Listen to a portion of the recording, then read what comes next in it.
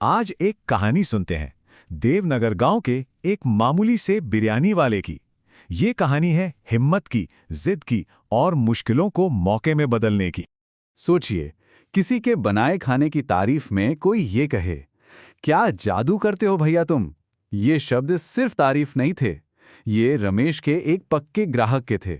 और यही शब्द रमेश की बिरयानी की पूरी पहचान थे।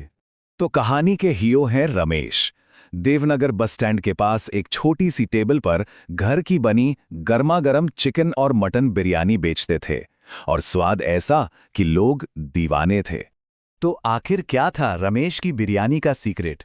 लोग पूछते तो रमेश बस मुस्कुराकर कहते थे, भाई कोई जादू वादू नहीं है, ये तो बस प्यार से बनती है। मेरी पत्नी सुशीला भी मदद करती हैं।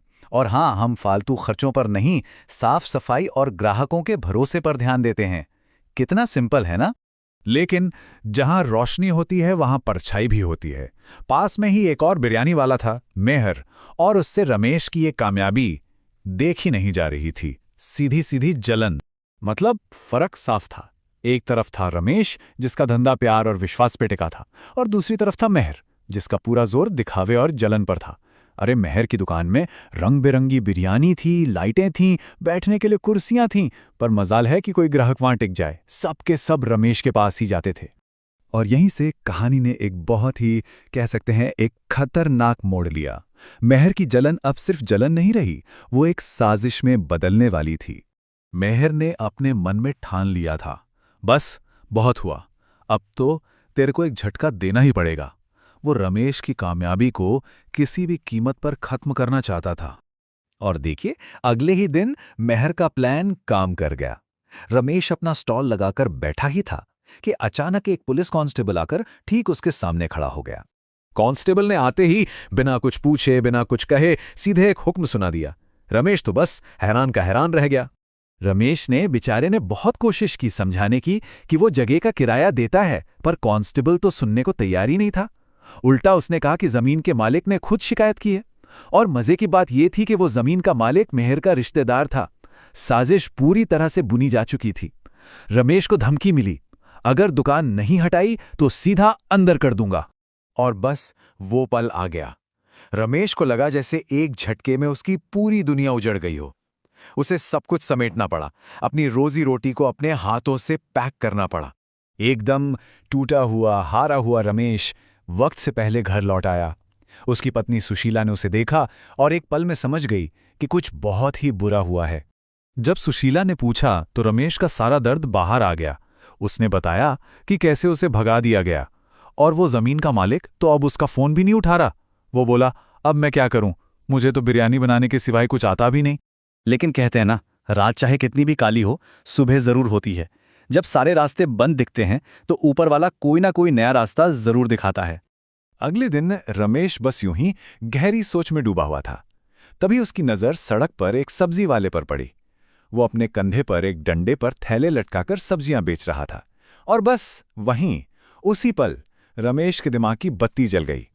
और बस उसी एक पल में जन्म हुआ द वॉकिंग बिरयानी का। रमेश ने अपनी मजबूरी को अपनी ताकत बना लिया। उसने सब्जी वाले से आइडिया लिया, एक मजबूत डंडा निकाला और अपनी बिरयानी को एक चलता फिरता स्टॉल बना दिया। सुशीला को थोड़ी चिंता हुई, बोली, ये तो बहुत भारी होगा। पर अब रमेश के चेहरे पे निराशा नहीं, आत्मविश्वास था। उसने हंसते हुए कहा, अरे सुशीला, फिक्र मत कर, मैं बचपन में पानी भी तो ऐसे ही भरता था। उसका यकीन देखिए, उसे पता था कि यह आइडिया काम करेगा। और रमेश का यह नया तरीका सिर्फ एक जुगाड़ नहीं था, ये उसकी कामयाबी की एक नई इबारत लिखने वाला था। एक ऐसी कामयाबी जिसकी किसी ने कल्पना भी नहीं की थी। और हुआ भी वही। रमेश को ज्यादा भटकना ही नहीं पड़ा। उसके जो पक्के ग्राहक थे, जो उसे पुरानी जगह पर ना पाकर परेशान हो रहे थे, उन्होंने उसे सड़क पर देखते ही पहचान लिया और घेर लिया। वीरू नाम का एक पुराना ग्राहक था। उसने पूछा, रमेश भाई, ये क्या नया तरीका? तो रमेश ने जो जवाब दिया ना, वो कमाल का था।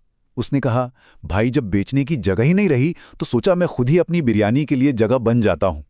क्या बात है! और ये नया आइडिया कितना बड़ा हिट हुआ, इसका अंदाजा इस बात से लगाइए, जो बिरयानी पहले शाम तक बिकती थी, वो अब सिर्फ 2 घंटे में, जी हां, सिर्फ 2 घंटे में पूरी की पूरी खत्म हो गई। कमाल ही हो गया। और ये सारा नज़ारा दूर खड़ा मेहर अपनी आंखों से देख रहा था। उसके जो थोड़े बहुत ग्राहक थे वो भी उसे छोड़कर रमेश के पास जा रहे थे। वो समझ चुका था कि उसकी घटिया साजिश बुरी तरह फेल हो गई है। वो सच्ची मेहनत और असली हुनर को कभी नहीं हरा सकता। तो रमेश की ये कहानी हमें एक बहुत बड़े सवाल के साथ छोड़ जाती है। ये कहानी हमें सिखाती है कि सच्ची मेहनत को कोई साजिश रोक सकती है क्या? नहीं। जब आपके इरादे पक्के हों और मेहनत में सच्चाई हो तो मुश्किलें आपको रोकती नहीं बल्कि आपको और भी ज्यादा मजबूत बना देती हैं। सोचने वाली बात है ना?